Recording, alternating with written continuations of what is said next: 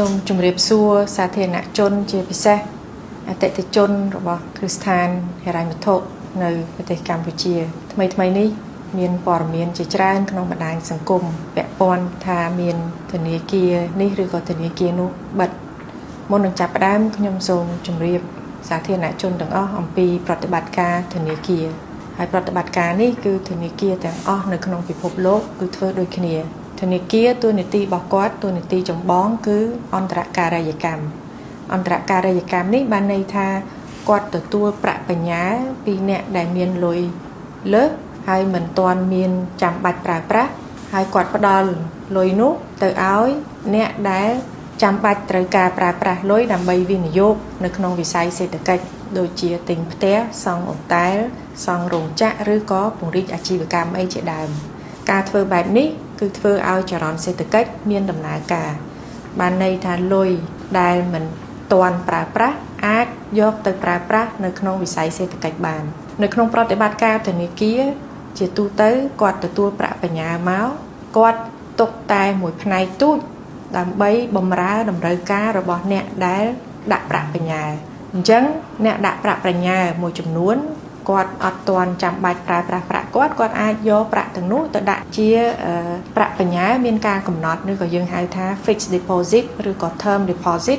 ដែលមានរយៈពេល3ខែ6ខែ9ខែឬក៏1ឆ្នាំទៅតាមការសម្រេចចិត្តរបស់គាត់ប៉ុន្តែ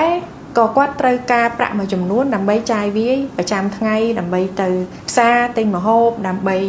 បង់ឈ្នួលផ្ទះដើម្បីបង់ឈ្នួលទូរស័ព្ទអីជាដើមអញ្ចឹងធនាគារតាមរយៈបទពិសោធន៍របស់គាត់ដែលមានកន្លងមកគឺគាត់ដឹងច្បាស់ថាជាទូទៅប្រចាំថ្ងៃគាត់ត្រូវមានសាច់ប្រាក់នៅក្នុងឃ្លាំងប្រមាណដើម្បីបើកឲ្យអតិថិជននោះប្រាក់ដែលអតិថិជនមកផ្ញើនោះដែលគាត់មិនទាន់ប្រើប្រាស់ប្រាក់ដែលអតិថិជនដាក់ប្រាក់បញ្ញើយកទៅដាក់នៅក្នុងterm deposit ឬក៏ fixed deposit នេះគាត់នឹងយកទៅឲ្យអតិថិជនរបស់គាត់មួយជំហានទៀតបានន័យថាអ្នកដែលខ្ចីនោះជាទូទៅការដែលគាត់ខ្ចីគឺគាត់មិនមែនខ្ចី3ខែ6ខែទេជាទូទៅគឺគាត់ខ្ចីរយៈពេលវែងគាត់ខ្ចីបើអ្នកទិញផ្ទះគាត់អាចខ្ចីរហូតដល់ទៅ20ឆ្នាំអ្នកដែលគាត់ទៅពង្រីករោងចក្រគាត់អាចខ្ចី5ឆ្នាំឬក៏រយៈពេលវែងជាងនេះឬក៏ខ្លីជាងនេះប៉ុន្តែជាទូទៅគឺរយៈពេលវែងអញ្ចឹងធនាគារគាត់ត្រូវធ្វើយ៉ាងដូចម្ដេចគាត់ត្រូវធ្វើម៉េចឲ្យពេលវេលានៃការកំណត់ការដាក់ប្រាក់បញ្ញើនិងការខ្ចីនោះឲ្យវាស៊ីគ្នាអញ្ចឹងគាត់អាចដាក់លោកសុកគាត់ដាក់1ឆ្នាំអញ្ចឹងគាត់ឲ្យទៅលោកសៅខ្ចីនៅពេលដែលដល់ពេលវេលារបស់លោកសុកត្រូវដកលុយគាត់យកលុយរបស់លោកច័ន្ទដែលដាក់មក1ឆ្នាំក្រោយមកយកមកឲ្យទៅលោកសុកនេះគឺជាប្រតិបត្តិការរបស់ធនាគារអញ្ចឹងហើយ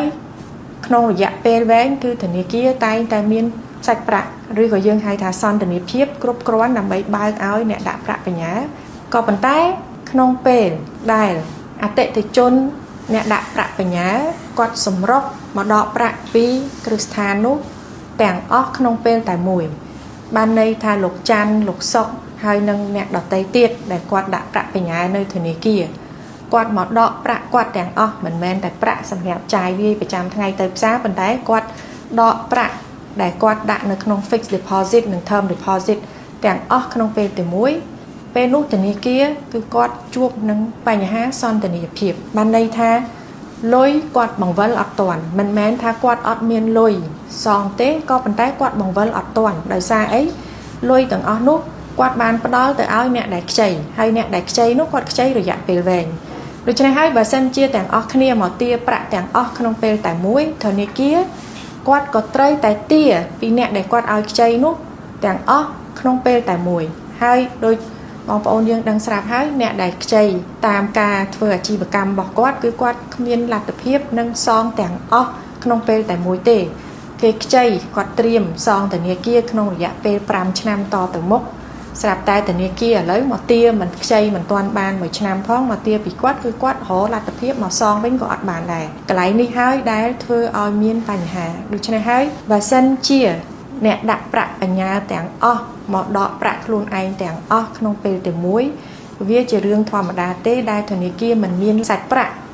បានន័យថាមិនមានសន្តានាភាព ទាំងអស់ផ្ដល់ទៅឲ្យអតិថិជនអ្នកដាក់ប្រាក់បញ្ញើខ្ញុំក៏សូមជម្រាបដែរថាប្រព័ន្ធធនាគាររបស់យើងបច្ចុប្បន្ននេះនៅរឹងមាំយើងមានធនាគារទាំងអស់ដែលធ្វើប្រតិបត្តិការគឺ